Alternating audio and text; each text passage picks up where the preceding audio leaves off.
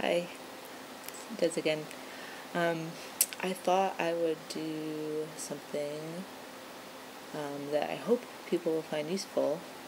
Um, I've been doing a lot of reading and have access to my school's library, um, and they hilariously have a small section of trans books, stuff between homosexuality and S&M and prostitution. Telling?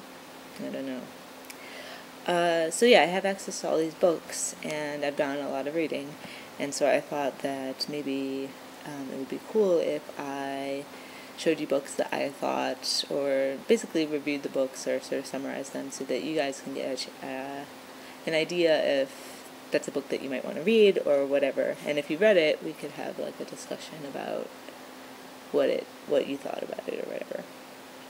So yeah, the first book is this sort of just like blew my mind when I read it. It's Julia Serrano's Whipping Girl.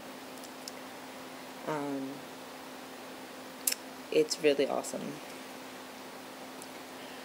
Let's see. So the book basically, so Julia is a trans woman, and she lays out sort of the history of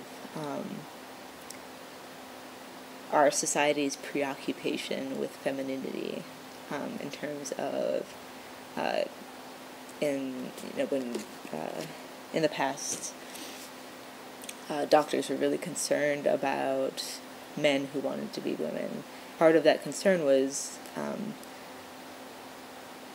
they were sort of obsessed with this like idea that they wanted to be, the guys would come in and want to be feminine, and it sort of freaked them out, and in a lot of ways they ignored the other half of it, which is females wanting to become men, because that was seen as something that just made sense, because men are inherently superior, so it's natural, or it's not expected that women or females would want to become men. But going the other way just like freaked them out. And so she talks, about that. She addresses a lot of sort of feminist issues with both trans women and femininity in general. And I thought she had a really interesting take. Unsurprisingly, she discusses the Michigan Women's Music Festival, and sort of brings up the point that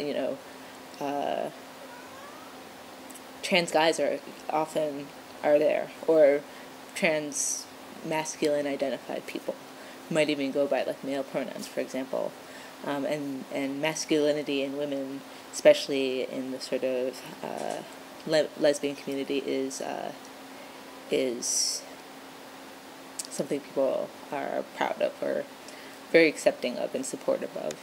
On the other hand, when confronted with like a trans woman who identifies as a woman, she's a woman,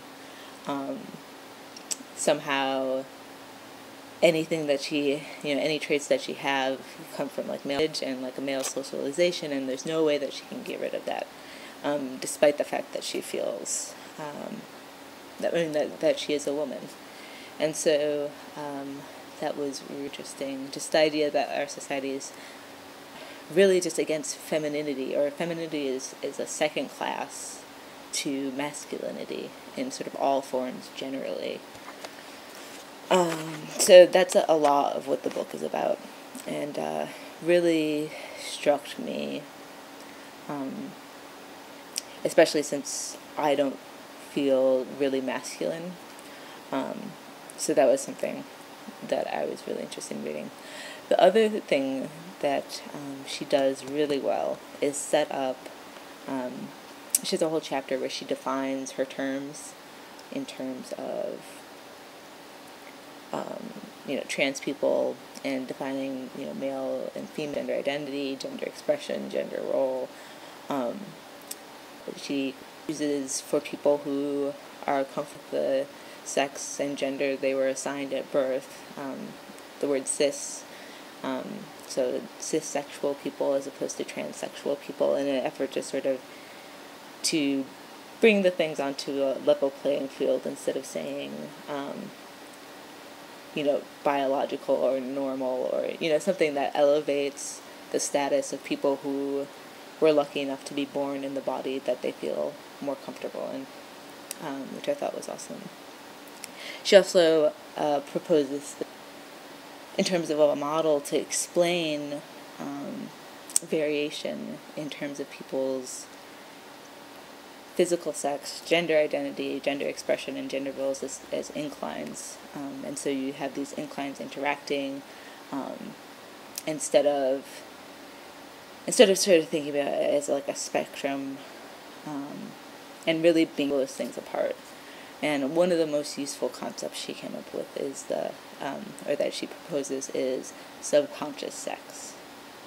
So you have the sex that your body is, and then you have the sex that your mind thinks your body is.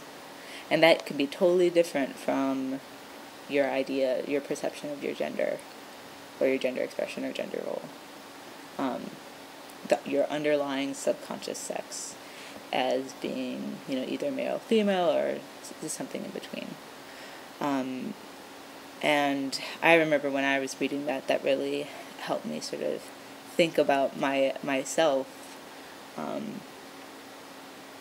because I had sort of been struggling with the fact that, I feel sort of, I'm not super masculine, so why would I want to transition to be a guy? And with the concept of subconscious sex, it sort of clarifies everything. It's like I feel like I am male, but I have like maybe a feminine gender expression, and so that was a real useful concept. But it also sort of helps with thinking about, is gender a social construct versus, something that is biologically driven. And she addresses that too. And I think she sort of comes up with, it's kind of some of both. So anyway, great book. I actually emailed her after I read it and just told her how great I thought it was. It is not, it's nice to read actually, because it is not like some of the other books that I've read are written by anthropologists or sociologists, and it gets a little theory heavy, and I think that she does a really good job of explaining her theories in sort of language that people can understand, instead of sort of going off on these crazy things. So, highly recommended. Julia Serrano's Working Girl. I'm trying to think if there's anything else. So yeah, I'm hoping to actually post a bunch of these, and yeah, let me know if you find it useful, or if you have any questions about the books or whatever. Alright, well, till next time. Bye guys.